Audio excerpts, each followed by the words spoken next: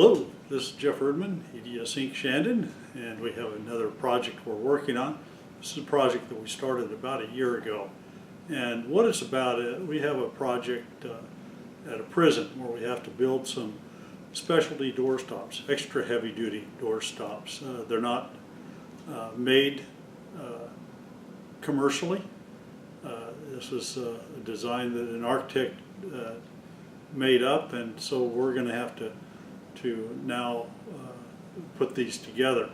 And so what it involves is actually buying a special rubberized product and cutting it down and shaping it to the shape that the architect wants, and then fastening it to a steel base that will be bolted into a concrete wall.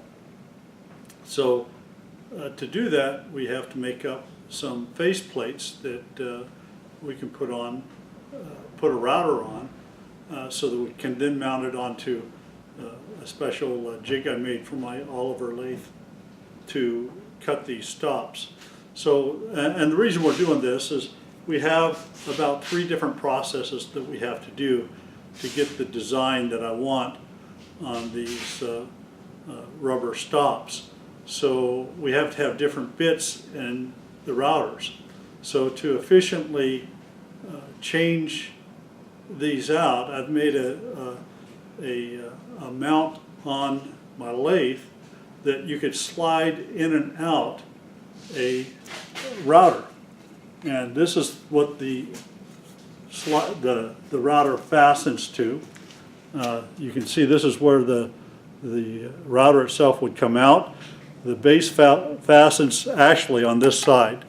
The router fastens on this side, and it has a little adjustment screw here so that we can adjust it up and down as we need to find our centers. And so this mounts right into a bracket that then can be turned sideways this way, in, out, whatever you need to do to make your cuts and preps.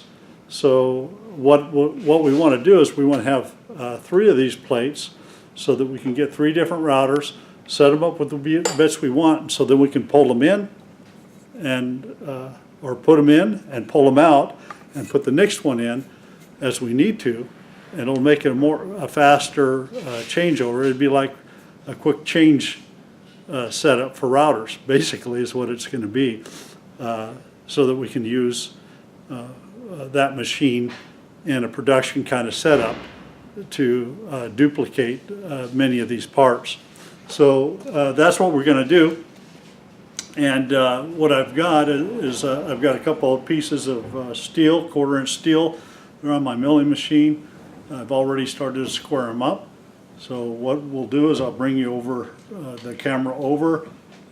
You can watch me make my last cut on this, and then we'll go to the next process. Okay, I've touched off on my plate here with my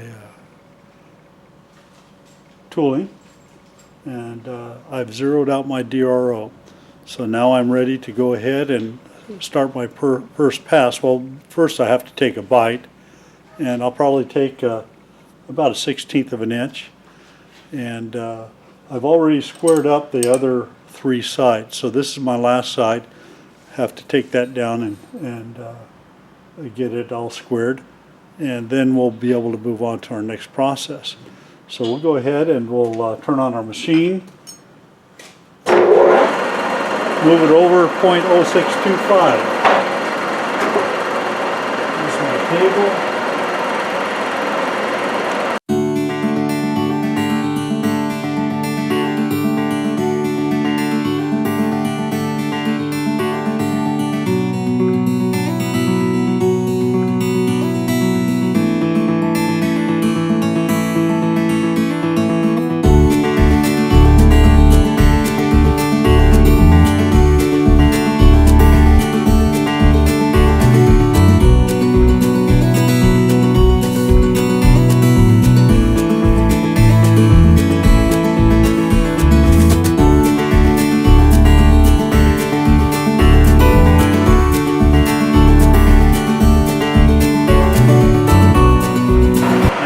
my finished cut. So this process is complete.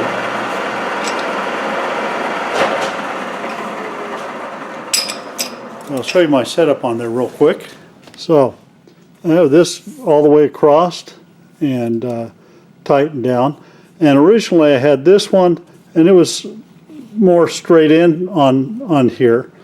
And this one on this side, I was thinking that that would keep it from twisting or turning. That was a wrong decision. So when I started this cut, it pushed this back that way, and this moved, and I didn't see it. I've got a blue line down here that I'm watching that I didn't even, I should have been paying more attention. At any rate, it moved off that blue line, so I knew I was out of square. So I readjusted it, and then I put this one down on the corner. So it couldn't twist that way then. So anyway, this next cut through did the job, and this doesn't have to be perfectly square.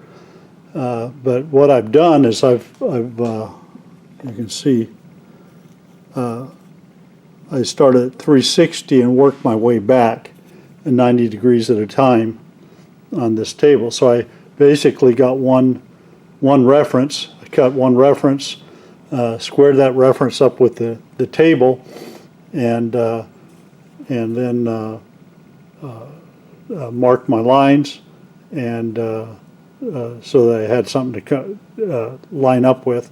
And then I would just turn this table 90 degrees each time, and until I got all four corners done. So that's what I did with the setup. Now I could have just made one cut, put it in my vices, and trimmed off the top, and that would have squared it up, and you know, done it that way as well. But I kind of wanted to do it this way, use my rotary table for something. So, and it turned out okay. The only bad deals and when you don't set up right. There's a lot of pressure on that bit, big old bit there, and cutting against this steel, so that was a problem. So you might see my hole down the center. That's where the router is going to come through. So now what I have to do is make a notch in this as soon as I pull it out and lay it out, and we'll make a notch in that, drill for our faceplate, put on our bottom adjustment screw, and then we'll have two more plates to use with the Oliver saw. So I'll show you as we take the next step. Okay, so I'm over at the bandsaw, and we've marked out our plate with the notch where it needs to go. I've got all my holes marked out where they need to go. I've got it marked where we need to do our taps for our screws. So what we're going to do is cut out this slot here, and then we'll go over to drill, and we'll drill the holes.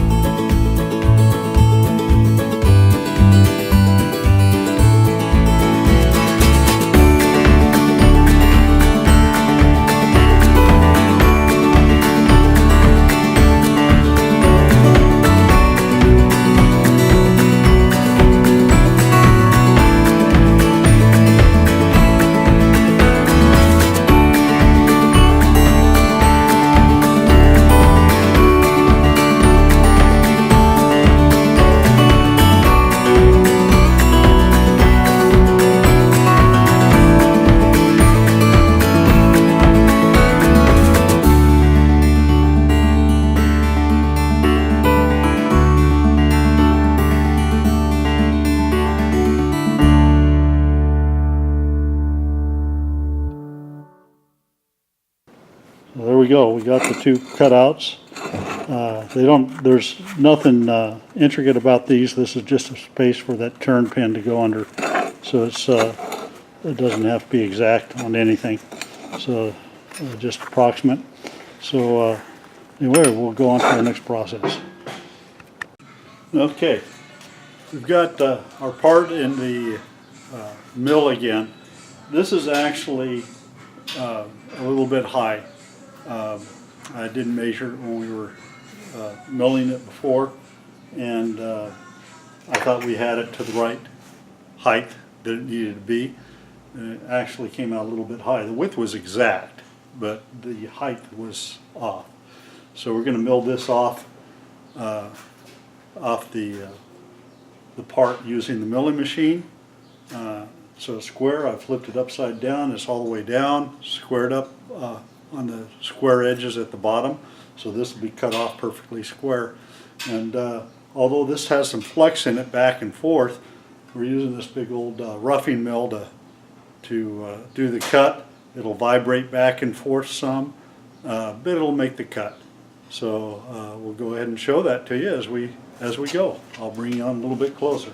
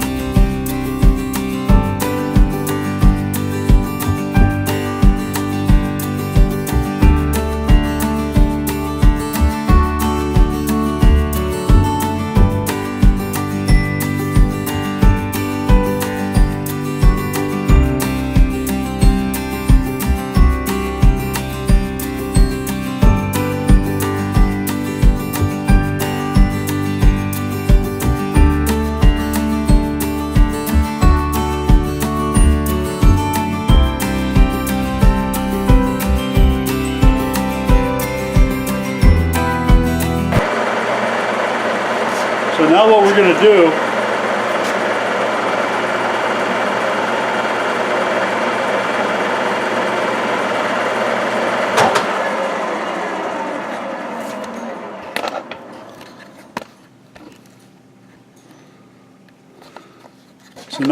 to do, is we're going to take that part and the part that I cut out on the bandsaw, we're just going to straighten that up. It doesn't have to be. I could leave it just like it is and it'll work just fine.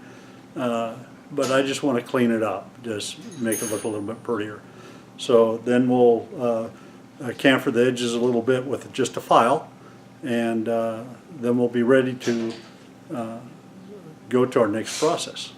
Okay, so we have it all set up. My DRO is zeroed out, and then we'll start to make our cut. Whoops, I can't do it from here. We'll start making our cut across this way until we get to that other side, and we'll run it back and forth to clean up this edge here, and then we'll be done with this plate.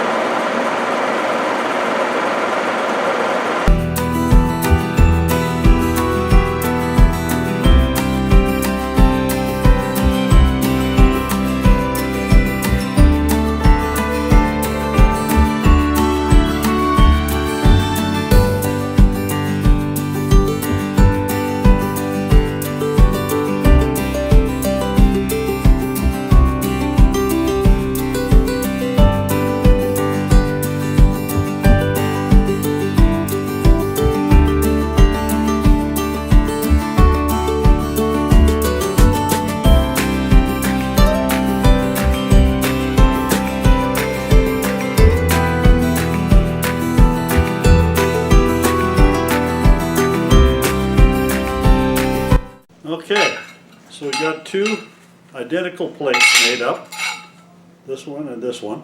So what we're going to do now is we're going to just use the grinder and just kind of radius these corners. So I'll take you over to our grinder, we'll radius all the corners, And then it'll be off to the drill press to drill these things out. Okay, I've got you over by my grinder, and I've dressed my grinder up.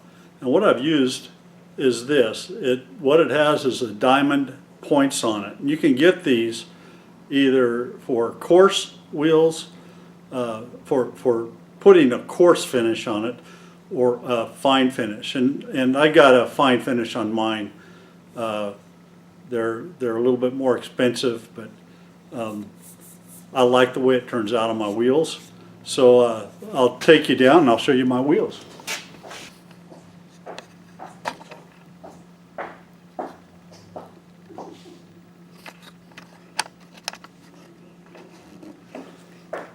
Okay, you can see the nice finish on that wheel right there that makes for me, and cleaned it up pretty good. So and all you do is you brace yourself right there. Whoops, I don't think you can see that, but anyway, you run it back and forth. This isn't wide enough. Let's get it back into the video again, huh? I have a hard time with that, but it's not wide enough to cover the whole width of the wheel, which I wish it was, but it's not. It's about 1.5 inches, and my wheels are 2 inches. So at any rate, that's what I do to dress those up real nice and pretty and ready to clean. I had a single point that I was running across them, and I couldn't get it as level as this device does. So it works out pretty nice. So let me get you all lined up and we'll do a grind real quick. We're just going to take and knock the corners off of those.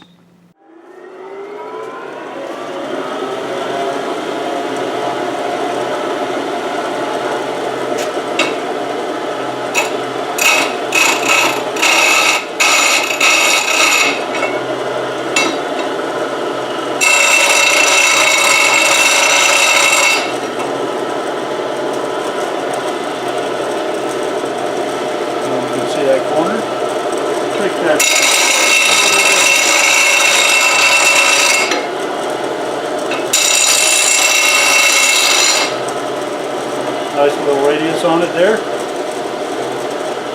I'll do the other side.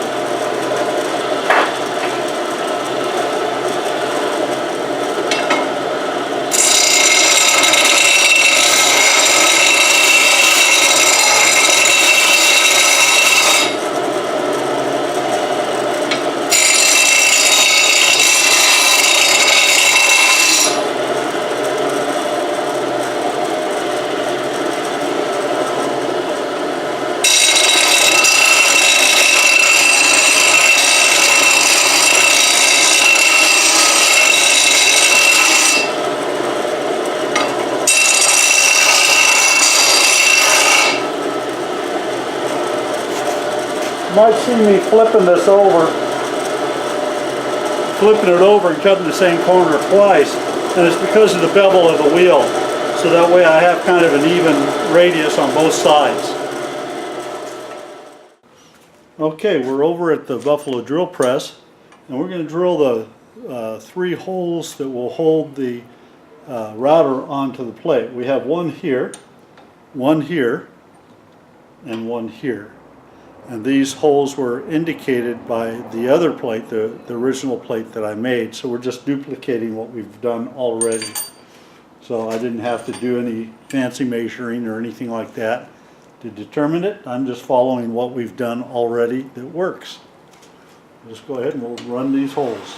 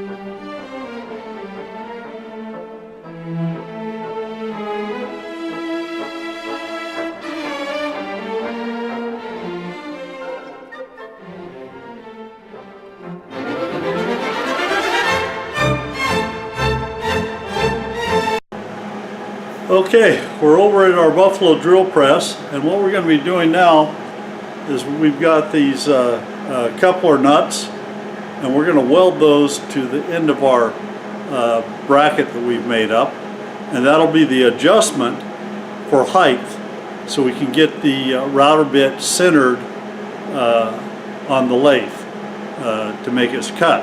So at any rate, we'll go ahead and we'll bring you down to the part, and we'll cut or weld on our part. I've got the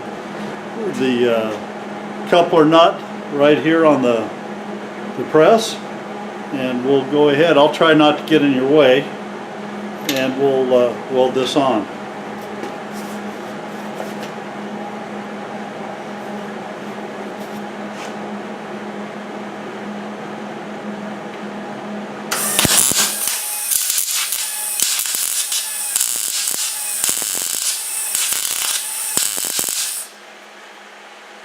Getting a very good feed from that welder.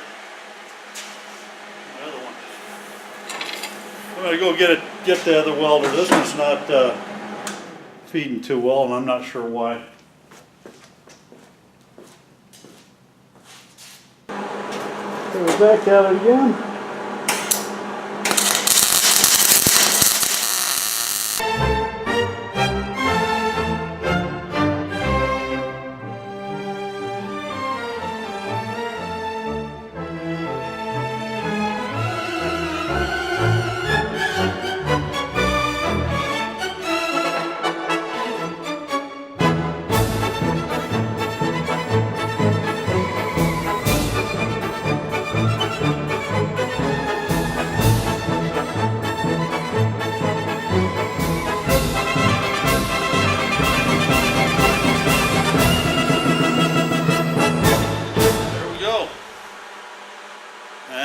Part's done. Well, that's all we're going to do for this evening, and this will probably be a wrap for this phase of this project.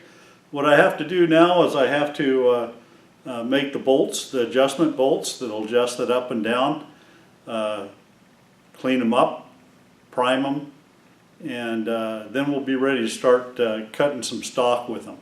So one more thing. I have to get 2 more routers. I used, for the original plate, I had a,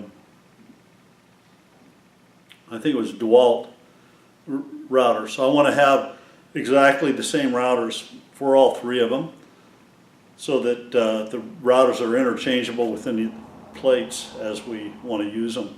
So at any rate, probably the next thing you're going to see is these in use, cutting the rubber stoppers for the prison stops, and then we'll also be doing some TIG welding up the brackets for that, and hopefully I'll get to that by this weekend. They're really antsy for them out there. I've been talking about this project for a year now, and keep putting it off, but I've got everything on hand now. I've got my TIG welder, I've got everything set up so we can go ahead and get at it. There may be one other video before now and the completion of this, and that's because we got some new tools coming in, and we'll just leave that as a surprise. That's going to be coming this next week. I'm supposed to run down and pick those up on the 26th. I'm really hoping that my nephew Piper will be here. He has to get out of the snowstorms and stuff back east. He's back in South Dakota, and they've just been having a rough time of it this year. One blizzard after another, and this kid, he just goes out into all that stuff and has fun. He's out with his 4x4 pulling cars out of the snow drifts, and the other day him and another fella, he ended up getting stuck in a snowbank. And a guy came through with a bobcat with the tracks on them and pulled him out. And so they teamed up and started down the road, and the track layer was in front of him and ended up getting stuck in a drift. So he pulled him out, and a little bit further down the road. My nephew got stuck, and so he had to pull my nephew out, and they just did that back and forth until they both got home. So anyway, he had a great day that day. That was last Friday, I think it was. But anyway, as soon as the snow lets up a little bit and it's safe to travel over the Rockies, then he'll be heading over here. And it's been a little bit delayed. We've been anxious to see him out here because there's a lot of work I want done in the shop. But hopefully he'll be here this next week. I'm hoping he'll be here to help me move that equipment. So we'll see. It just depends if it clears up out there or not. As you know, in the Midwest, they are having some of the worst floods they've had in remembrance. So things are pretty bad out there. Fortunately, not so much where he lives. They're a little bit on higher ground there. It's over, Anakin! I have the high ground! They're up there off the Missouri River, right at the Missouri River, but the Morristown, or not Morristown, but Mobridge is a little bit higher ground. High ground! So they haven't had quite the flooding issues that they've had a little bit further downstream. So they haven't been affected by the flooding. And of course up north in North Dakota, they've been having some problems too with, which they typically do. I forget what the place, Devil's Lakes or something like that, I can't remember. Up north there, almost every year they have a flood. At any rate, that's it for today. Thanks for watching. Thanks for subscribing. And we'll see you the next time. And hopefully we'll be able to see these things working on the old Oliver lathe and milling out some rubber.